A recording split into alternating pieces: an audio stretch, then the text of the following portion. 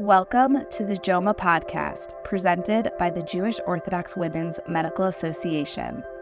Every week, hear from expert medical professionals as they share up-to-date insights on health topics to help you live your best life physically, mentally, and emotionally. Join us as we navigate the ever-changing landscape of healthcare and strive to improve the health of the Orthodox Jewish community. Welcome to the JOMA podcast. I'm your host, Dr. Jenny Berkovich, board-certified pediatrician and director of education for JOMA. My guest today is Pessy Sloan. She is the associate professor in the College of Arts and Sciences and Education of Daemen University. Dr. Sloan earned her Ph.D. in clinical and school psychology from Hofstra University. She teaches graduate courses in both early childhood and childhood special education. The episode was all about kids who are gifted and how teachers, parents, and even pediatricians can identify and better support this patient population. Please also check out the show notes for additional resources for gifted children and their families. This episode is also sponsored by Tovedo. My whole family loves Tovedo. We recently discovered that there is Yiddish content on there, including different movies and plays, all in Yiddish. So that was really, really exciting for us.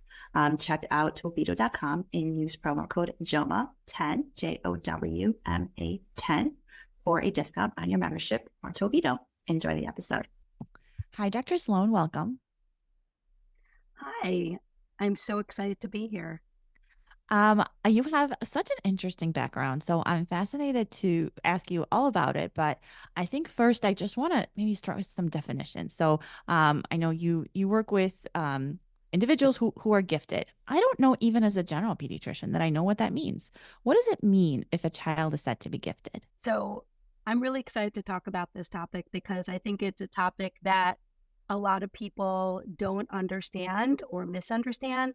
So I'm hoping with this podcast to shed some light and clarity on some of the myths and misunderstandings with regards to gifted children. I mean, gifted generally is a social construct. By definition, a social construct basically means society gives it meaning.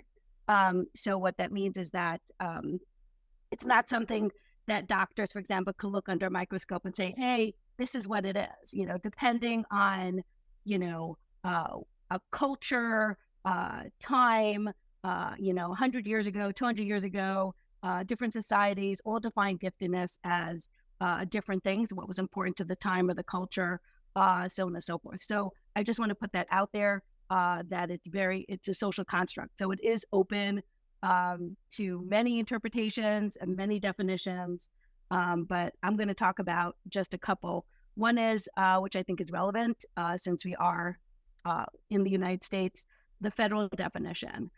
So the most current federal definition for defining gifted, officially the Code of Federal Regulation, Title 25, Part 39, if anybody's interested. But one is that give evidence of high achievement capability in areas such as intellectual, creative, artistic, or leadership capacity, or in specific academic fields, and to meet services or activities not ordinarily provided by the school in order to fully develop those capabilities. What's upsetting is that the U.S. lacks a coordinated, gifted, and talented education policy and system. So, for example, I live in New York. New York State is one of only 8 states that does not mandate identification or services, nor provide any state funding for gifted education opportunities. So every state does its own thing. And unfortunately, there's no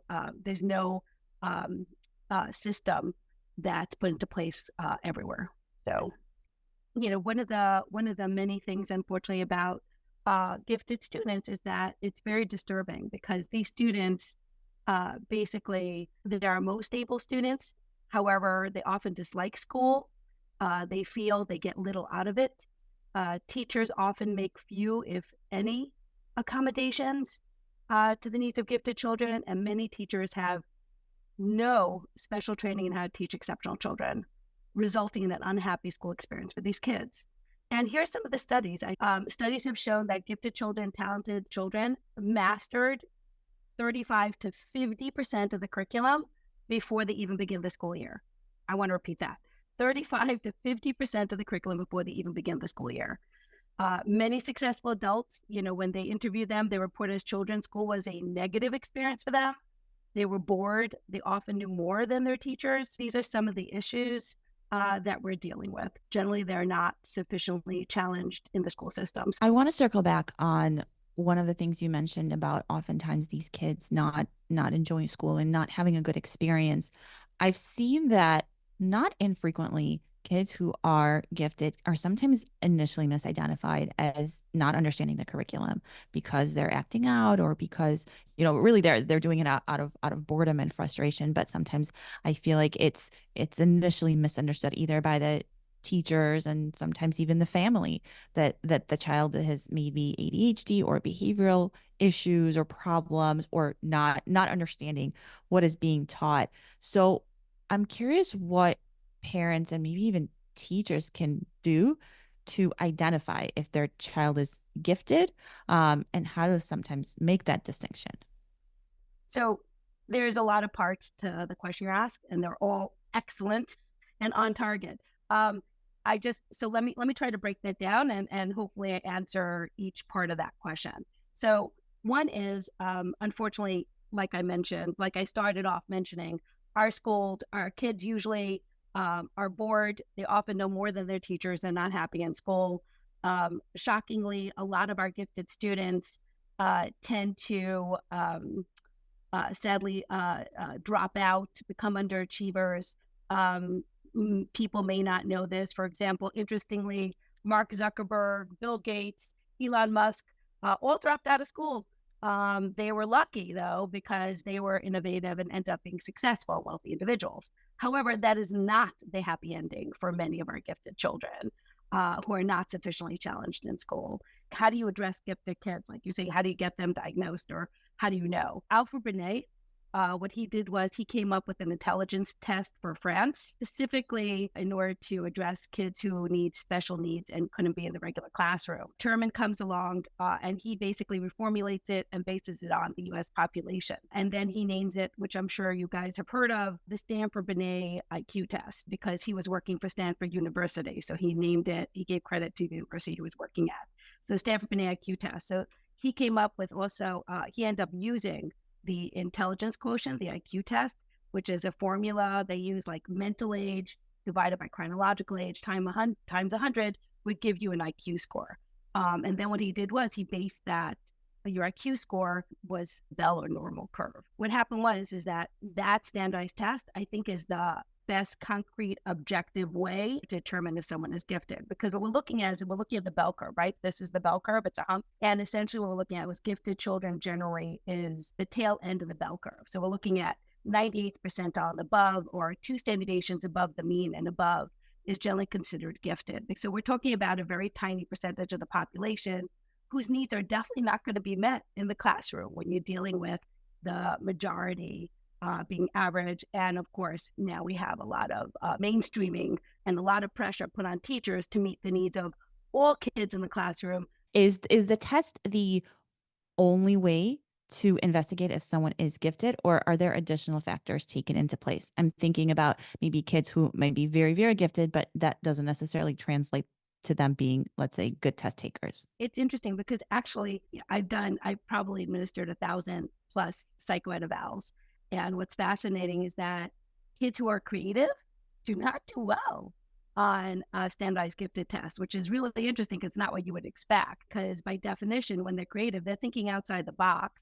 And these gifted tests generally have very standardized black and white answers, and you score it accordingly. Like, it's very standardized. The questions have to be asked in a very specific manner, and you get points on very specific answers. So there's really no room for creativity, and that could work against them. There has been some work on creativity testing, certainly doesn't stand up to the rigor of standardized IQ tests. So there are issues. There's also, cultural bias. Interestingly enough, when I was in grad school, we had to administer psychoed evals, and of course, use all families and friends and children and anybody who is willing and able to get as much practice as possible. End up testing a Hasidic relative based on the background information. Her daughter was exceptional and doing really well. In school. However, when I did the IQ test, she came out below average, which stumped me. And I went back to review with the parent all the different factors. And it became obvious that in my report to my professor, I had to indicate that this IQ test was not representative of this child's true intellectual ability because of cultural bias. They're not taking Satmar Hasidim per se as part of their sample size. Yeah. They're basing the standardized tests, the normal curve is based on the average American population who is exposed to a lot of things that are average. So there is definitely cultural bias that I personally got to experience. That's actually super fascinating because I wonder how often specifically, kids in Jewish schools are right. Our populations are maybe underdiagnosed. I don't know, less appropriately diagnosed or less appropriately identified. I find that some people's instinct when they hear about a child being gifted or they suspect that their own child might be gifted and they're like maybe really doing super well in school or maybe just really bored in school, their instinct is to say, well, can't they just skip a grade? And I don't know, can't they? I'm sure it's more nuanced than that. So why is that just not the easy answer? When, just in general, so if I can just address the whole concept of when a child's needs are not met in the classroom, okay, in school. So generally what research has found, there are unfortunately significant fallout. So there's a lot of myth, like I said, about gifted kids. And unfortunately, it's become like, because of the political correctness, unfortunately, what we see today is that they perceive giftedness as elitist, or like, oh, they're smart, they'll be okay anyway, or, but again, like we said, we know what abnormality is. If you're at the tail end of the bell curve, you're not typical. And if you're atypical, your needs are not being met in the classroom. And I just want to recognize, I'm sorry for interrupting, but you keep bringing this up. So I actually think it's a really good, important point to emphasize. I want to recognize that this applies to both ends of the belt, that we want to look for services and supports and systems to make sure that kids who need additional support or whose needs are not being met in a mainstream classroom in the typical way the curriculum is presented, this is applying to gifted kids as well. So that's why I think it's important to recognize that and say that just because they're on the other side of the spectrum doesn't mean that we can ignore their needs and they will, quote, be fine. Because just like kids who need additional support in the classroom are at risk for dropping out and being disengaged and not being successful if we don't give them what they need, that applies to kids who are gifted as well.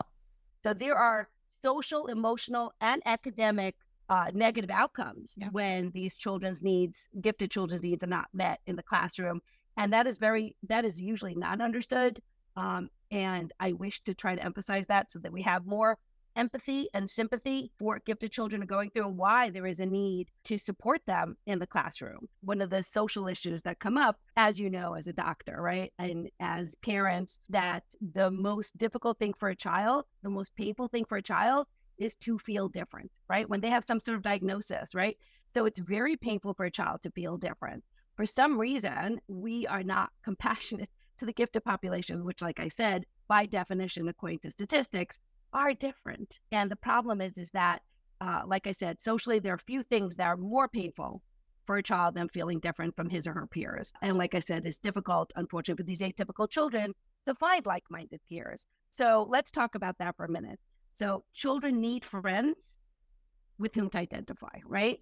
So a gifted child with a chronological age of 8, let's just say, and a mental age of 11 can't be expected to play with average children of either age, right? She won't always get along with her age peers, and average children age 11 may not admit her to their games. So here what we have a situation is she needs to find another child who is aged 8, but thinks like 11. Here's our problem. A child with an IQ score of 2 standard deviations above the mean, right? A score of, usually if it's a mean of 100 standard deviation of 15, we're looking at an IQ score approximately of 130. What that means is that she has one other child out of 100 children similar age that's like her. And what happens if that one other child is a boy? She's sunk. She needs to find another 100 children to find a girl who's just like her. So, we emphasize how important it is to have like-minded peers in order to be able to feel healthy, normal, be able to relate, and so on and so forth. So that's obviously very significant. And when we're looking at, just to give you some perspective also, like expected occurrences. So for example, an IQ of 130, which like I said, is 2 standard deviations above the mean. So that's like 2 out of 100. An IQ score of 145 is 1 in 1,000. All right. So imagine a child with an IQ score of 145, what they need to do in order to find somebody who is like-minded. Okay. And of course, we have 160, which is 3 in 100,000. Let's talk solutions in the classroom. What are some options that educators have, that principals have, that even parents who are advocating for their kids in the classroom may have? There's analogy of a cheetah.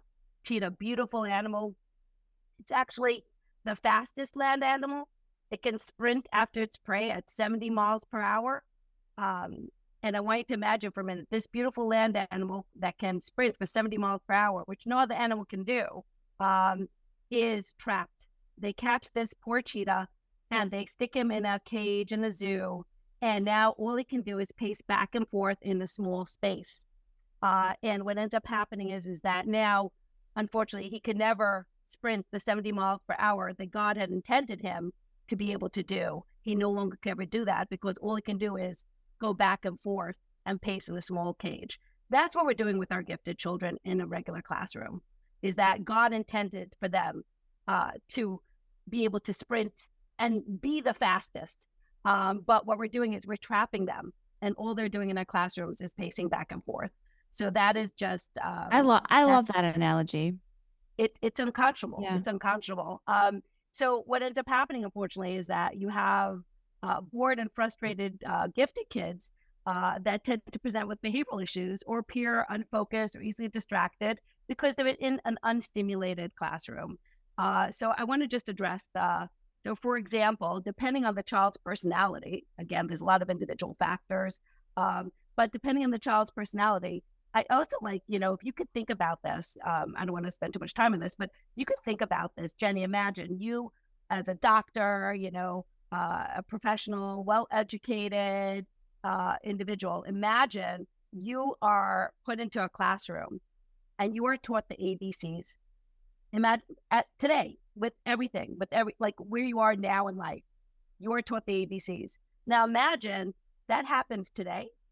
Now imagine you go back tomorrow, it happens tomorrow, and guess what's going to happen the next day? And guess what's going to happen the next week and the next month? Every day, every week, every month, we're reviewing. A is for apple, B is for banana. Could you imagine how you would feel? If you really put yourself in that headspace, then maybe you could understand how difficult it is for a gifted child to be in an unstimulated classroom. That's what it's like. So thinking about that and remember, these are kids. I know as an adult, when I go to a lecture and and the lecture is too slow or it's not stimulating enough or they're saying everything that I already know, I have to really take deep breaths, have to be able to sit in my own skin, right? And I have coping tools as an adult and I find it a huge struggle.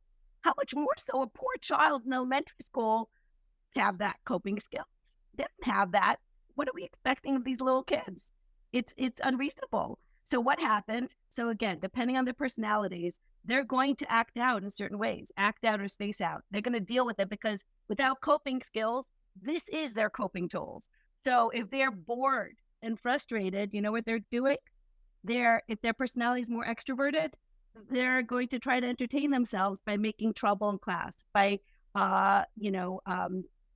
making jokes in class, by getting out of their seats and so on and so forth to try to entertain themselves. Because remember, they have now learned the ABCs for months on end, and they know tomorrow when they come back to school, they're going to have more ABCs to learn again. That's what they're dealing with. So if they're acting out because they're frustrated and bored, right? What happens? What do we do in our society today? ADHD, predominantly hyperactivity. Right. That's what we're doing. We're diagnosing them. Or if they're an introvert and they're learning the ABCs every single day over and over again, right? How are they dealing with it? There may be drawing. I had a client, it's fascinating. The issue was the Rebbe was very angry because the child had drawn this very complex, he didn't see it that way, but was drawing on the inside cover of the Chumash. And when he called on the child didn't know what pasuk they were up to. Called on the parents, made a whole scene how the child is, chutzpahdik or disrespectful. and how the child is inattentive and ADHD. And it's remarkable. So I had that. So when the parents came to me, I had them show me. I was very curious to see what this drawing was. And let me tell you, Jenny, wow, the intricacies and details. He drew this entire sci-fi world during Chumash class. And what was interesting is that the parents had asked the Rebbe if, when he asked a question, did he know the answer? And the answer from the Rebbe was, he always knew the answer, he just didn't know where they were up to. Because he was bored out of his mind. Why would he be following along? And so instead, in order to cope with that, as an introvert, he didn't disrupt the class. He was drawing these intricate, incredible creative artwork. And that's a problem. And then what we have today again, ADHD and attentive type. So essentially what we're doing is we're misdiagnosing and we're medicating our gifted kids into mediocrity, which again is just mind-blowing, absolutely mind-blowing. Really the responsibility is for our teachers to really understand and be able to challenge these students. As well, I would also say the responsibility is also on pediatricians, right? Or whoever's like the first line that is helping make that diagnosis, because I have many families in my practice who come and they say the teacher wants him evaluated for ADHD. And so I'm always like, I am happy to evaluate him or her, right? But we need to dig a little bit more and find out what the issue is. And the key with ADHD, along with all like other mental and behavioral health conditions, is that you don't turn it on and off. You don't just have ADHD at school. And so one of the things that we do when we do that evaluation is we make sure that whatever is happening in school, whatever concerns teachers may have in school, we try to identify if the parents have similar concerns. And oftentimes that's not the case.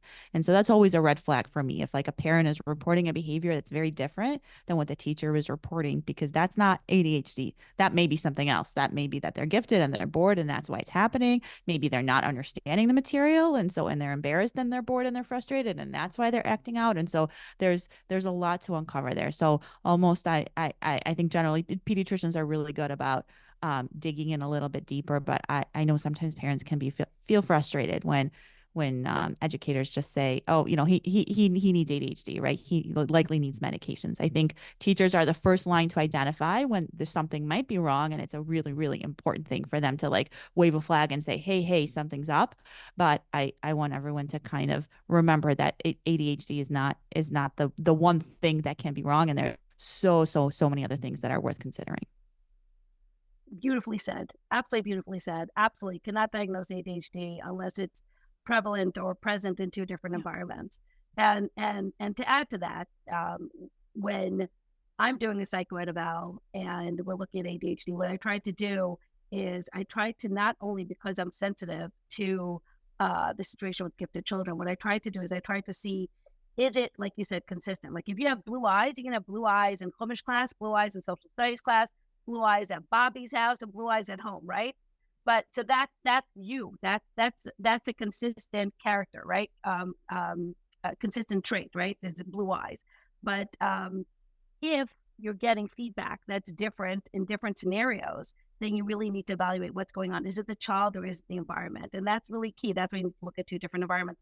And what I try to do is I try to do more. I try to look at, because we tend to have a double curriculum. So I'll ask one teacher to fill out an ADIS, which is a questionnaire that looks at attention deficit. I have them fill it out. I'll have like someone in the Judaic departments fill it out, like the Chumash teacher, and in the English department, like the math teacher, and see if that's consistent. Because if not, then it could be specific to the teacher. It could be some type of dynamic between the student and the teacher. It could be, like you said, related to the actual subject. Part of that is also sometimes they're super gifted in one particular, actually most gifted kids do not excel in everything. That's misunderstanding. Most gifted kids excel in one particular subject, and a lot of teachers will be like, oh, Shani is, exceptional in math, but look at her social studies or her, Chumash, and they'll use that to try to cancel out her gifts. But that's not like part of the asynchronicity of children's development, of gifted children, is that sometimes there's one subject that they are exceptional in. I do want to ask a follow-up question because we're talking about ADHD and something just popped into my head. What what is 2E, right? Or twice exceptional? Because sometimes I've seen that in kids where, right, they are gifted and they have something like ADHD. One, is that a recognized entity? And two, how does that kind of fit in with making sure that we're giving them the right support? We have children who are both gifted and have a learning disability. That's going to happen. And that's 2E. Twice exceptional means you have both. You're both gifted and they have some sort of disability. And unfortunately, there's not a lot of research or support for this. There is a program in school that does a lot of advocacy. You can get a lot of information. It's called Bridges 2E Academy. It's in California. It's definitely a good resource for parents whose children are diagnosed as 2E, as twice exceptional. It's a very tiny percentage, but whatever research is out there, interestingly enough, what they find is, unfortunately, with the 2E population, is that what schools tend to do is that they tend to solely address the learning disability and completely ignore the gifted part. And what the research finds is that it's very problematic. Because a child who's super gifted is going to have an identity crisis. Like, I understand, why does this come so easily to me, but that doesn't, like, I think, there was, which I'm going to address later, NAGC, National Association of Gifted Children. I think there was an article once, and I can't recall when, but I do remember there was like this 14-year-old boy who was dyslexic and had formulated a brilliant economics formula, which I don't even understand. Okay. And he was dyslexic. So that is, but what was the case in that is that they addressed his gifts. So one of the key things with the research is that we have a child who's 2E, yes, address the disability, but also very much try to address, engage, stimulate their gifted parts, meaning whatever subjects that they're interested, excited, passionate about, go with that, explore that, put an emphasis on that. That is very important. Unfortunately, they find they're not doing that. That hurts kids. The 2E population that do better are the ones where there's a tremendous emphasis and support on the gifted component. In other words, on their strengths, not necessarily on their weaknesses. There are 3 main ways that we can meet the needs of gifted children in the classroom. One is compacting. Compacting means it allows the gifted students to go through the curriculum at a faster pace. It helps them avoid feeling bored, allows them to be challenged and productive by utilizing their time instead for independent and challenging projects. So that's really important.